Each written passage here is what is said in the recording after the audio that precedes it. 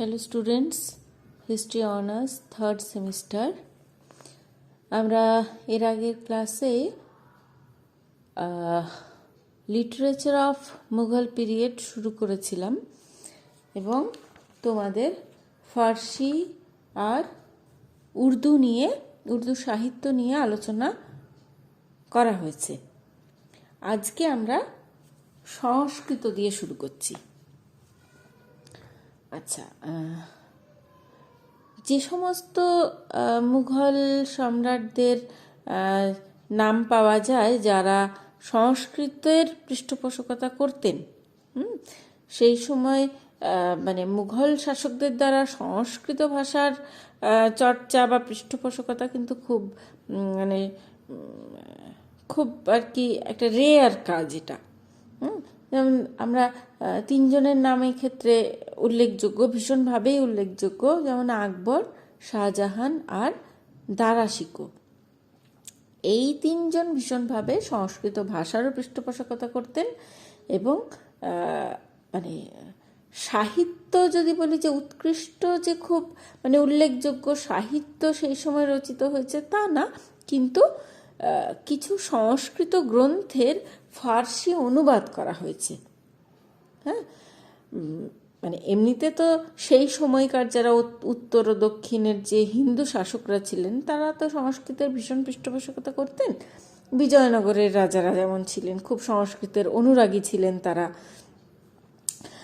তারপর ধরো দক্ষিণের যেমন তাঞ্জোর, ত্রিবাঙ্কুর, কোচিন, কালিকট, এই অঞ্চলের শাসকরাও খুব সংস্কৃতের চর্চা করত, ভাষা চর্চা বা সাহিত্য চর্চা এই ব্যাপারটা খুব ছিল। তো তাঞ্জোরের শাসক রঘুনাথ তার অধীনে বেশ কয়েকটি মহাকাব্য রচিত হয়েছিল এবং তার মধ্যে উল্লেখযোগ্য হল অচ্যুত রায় অভ্যুদয় কাব্য, রামায়ণ সার সংগ্রহ বলো, পারিজাত হরণ, এই কাব্যগুলো, এই মহাকাব্যগুলো এই সময় লেখা হয়। মধুরাবাণী নামক একজন মহিলা কবির নাম পাওয়া যায় যিনি রামায়ণের ওপরে একখানি কাব্য রচনা করেছিলেন। সেই যুগে দক্ষিণের একজন শ্রেষ্ঠ পণ্ডিত ও লেখক হলেন শ্রীনিবাস দীক্ষিত। বলা হয় যে তিনি 60খানি কাব্য এবং 18টা নাটক লিখেছিলেন। তার যে পুত্র ছিলেন রাজচূড়ামণি দীক্ষিত, তিনি ছিলেন মীমাংসা শাস্ত্রের পণ্ডিত। এই সময়ে আরেকজন প্রতিভাবান বহুমুখী লেখক বলা যেতে পারে যার নাম পাওয়া যায়, তিনি ছিলেন নীলকণ্ঠ দীক্ষিত। আচ্ছা, চক্রকবি তার নাম পাওয়া যায়, তিনি লিখেছিলেন জানকী পরিণয় কাব্য। আর ভেঙ্কটেশের নাম পাওয়া যায়, তিনি লিখেছিলেন ভেঙ্কটেশ রামচন্দ্রোদয়। আচ্ছা, কেরালার শ্রেষ্ঠ পণ্ডিত ছিলেন সেই সময় নারায়ণ। তিনি কালিকট রাজার বন্ধু ছিলেন এবং কাব্য, মীমাংসা, ব্যাকরণ ইত্যাদি নানা ক্ষেত্রে তিনি অবদান রেখে গেছেন। আচ্ছা, মাধব মতের প্রবক্তা হলেন দার্শনিক ও কবি বাদিরাজা। এই যুগে অনেকগুলি শ্লেষ কাব্য রচিত হয়েছে। শ্লেষ মানে তাচ্ছিল্য করে, খোঁচা দিয়ে বা একটু অবমাননাকর কাব্য আর কি, যেগুলো এইসব কাব্যের কি এই শব্দে 1 বা 2 বা 3 অর্থ হয়। হ্যাঁ, একটু সোজা কথাও হলো, একটু বাঁকা কথাও হলো, এরকম। নৈষধ পারিজাত হলো এই একখানি শ্লেষ কাব্য। আচ্ছা, কবীন্দ্র পরমানন্দ সংস্কৃতে শিবাজির জীবনী, তিনি শিবভারত লিখেছিলেন। শিবাজির জীবনীর নাম শিবভারত, সেটা তিনি লিখেছিলেন। জয়রাম পাণ্ডের নাম পাওয়া যায়। তার যে কাব্য ছিল তার নাম চম্পু কাব্য। এখানে শাহজির দরবারের যে কবিরা ছিল তাদের পরিচয় তিনি দিয়েছেন।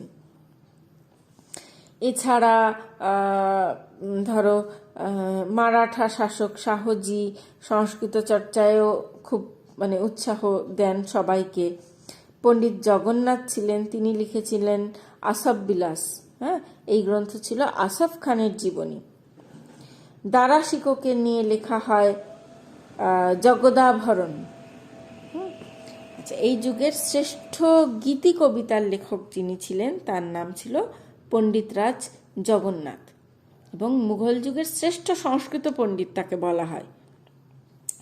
তিনি রাজপুত, মুঘল, কামরূপের রাজাদের খুব পৃষ্ঠপোষকতা করেছিলেন। আচ্ছা, গঙ্গা লহরী ও অমৃত লহরী এই দুটো হলো তার শ্রেষ্ঠ গীতি কবিতা। মুঘল যুগে সংস্কৃতে অনেক নাটক লেখা হয়েছিল। হরগৌরী বিবাহ, সত্যভামা পরিণয়, এইগুলো হলো এই যুগের রচিত নাটক, বিখ্যাত নাটক। আচ্ছা, কান্তিমতী পরিণয় একটি নাম পাওয়া যায়, এটাকে বলা হয় আধা ঐতিহাসিক নাটক। আচ্ছা, এরপরে রসতরঙ্গিনী, এটা অলঙ্কার শাস্ত্রের ওপরে লেখা একখানি গ্রন্থ। এই যুগে সঙ্গীত আর দর্শনের ওপরেও অনেক গ্রন্থ রচিত হয়েছিল। হ্যাঁ, অদ্বৈত দর্শনের ওপরে লিখেছিলেন অপ্পয় দীক্ষিত। আচ্ছা, এছাড়া উদয়পুরে রাজপ্রশস্তি নামে একটি লেখ উৎকীর্ণ করা হয়, যার ভাষা ছিল সংস্কৃত। আর দ্বৈত দর্শনের ওপরে একটি বিখ্যাত গ্রন্থ যেটা লিখেছিলেন বদিরাজ তীর্থ। এরপরে আসি আমরা হিন্দি সাহিত্যে। ষোড়শ শতকের শ্রেষ্ঠ হিন্দি কবি এক কথায় তুলসীদাস। তার যে মাতৃভাষা তাতে তিনি রচনা করেছিলেন রামচরিতমানস। হ্যাঁ, এই গ্রন্থখানি হচ্ছে উত্তর ভারতের হিন্দুদের বাইবেল বলা হয় একে। আচ্ছা, এর ভাষা, এর কাব্যগুণ, ভাব, ভক্তি জনগণকে মানে ভীষণভাবে আনন্দ দিয়েছে বলা যায়, খুব জনপ্রিয় হয়েছে।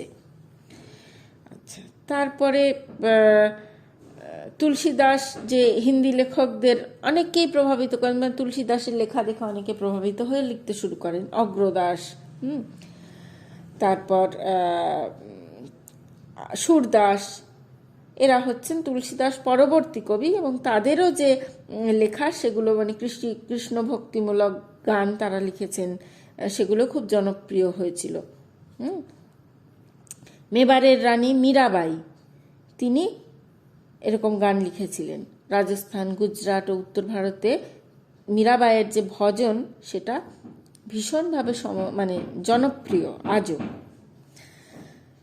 অনেক সুফি, দরবেশ আর কবি বলা যেতে পারে হিন্দিতে ভাবমূলক যে কাব্য সেগুলো রচনা করেছিলেন।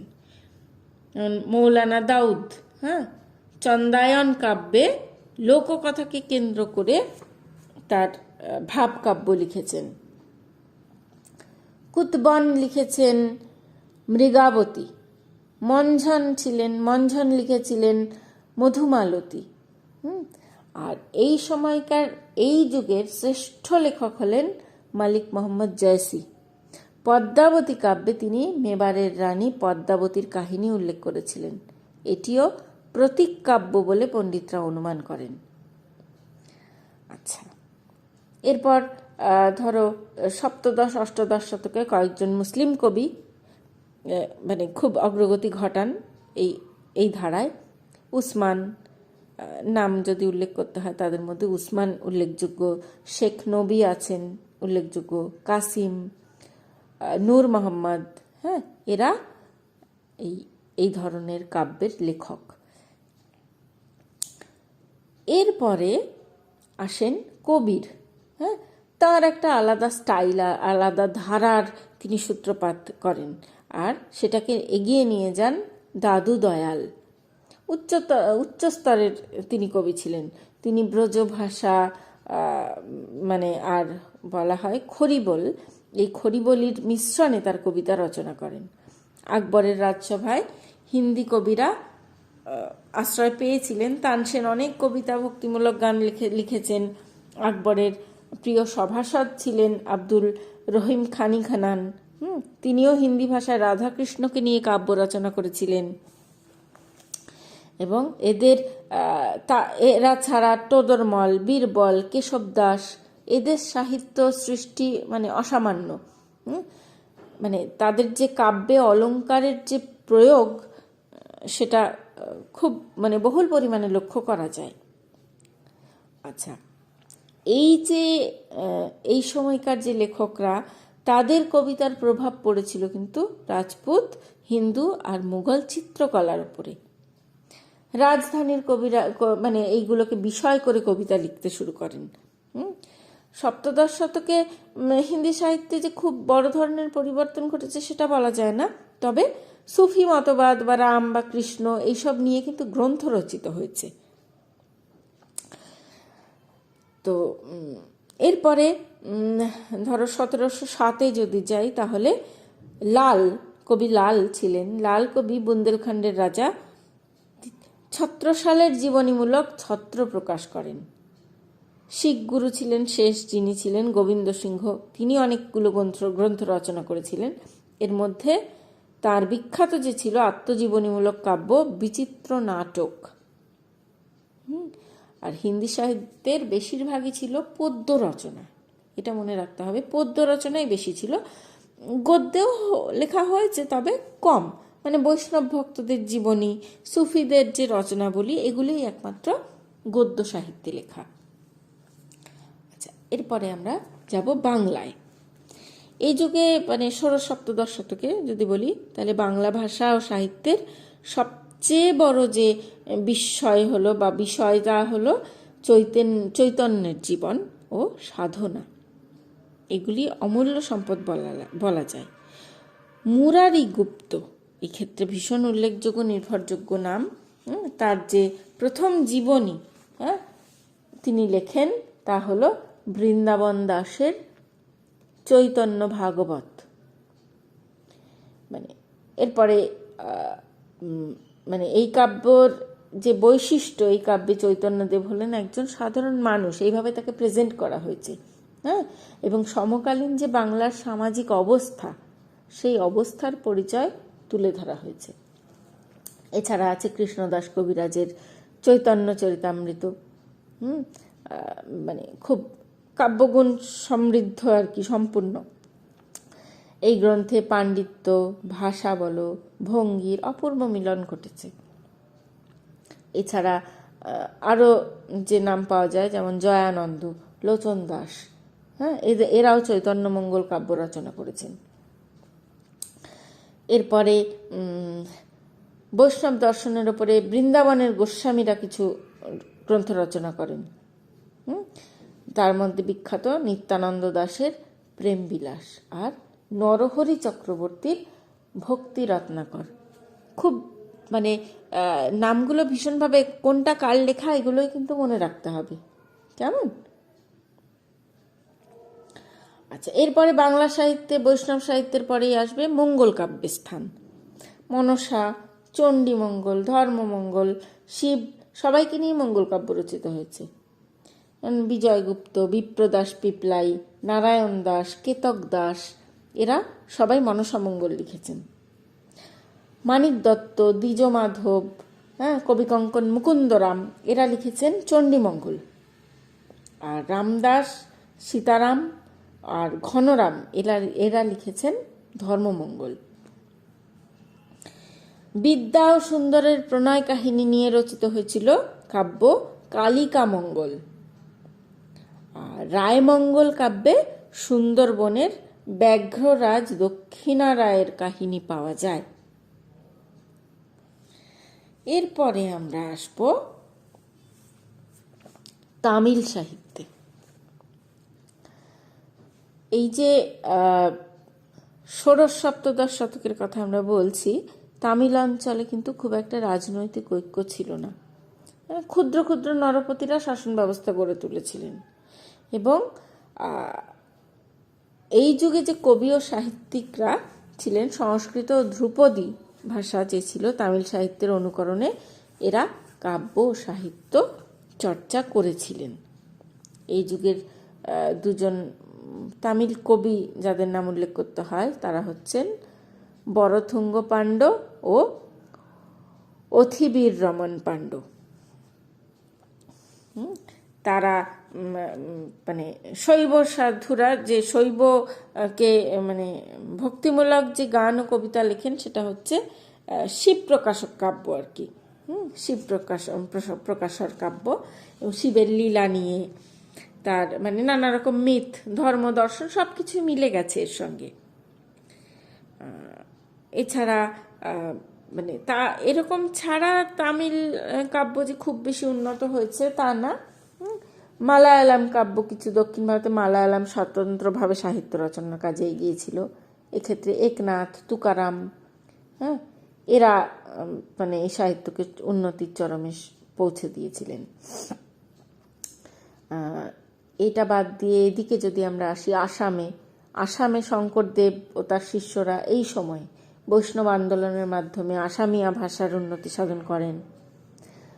সারা ভারতে প্রাদেশিক ভাষাগুলি স্বতন্ত্র বিকাশের পথে এগিয়ে চলে। এইভাবে মানে উচ্চতর দর্শন ও ধর্মের আলোচনা এইসব ভাষাতে এইভাবেই চলতে থাকে এবং মুঘল পিরিয়ডটা এইভাবেই কিন্তু উৎকৃষ্টতা লাভ করে।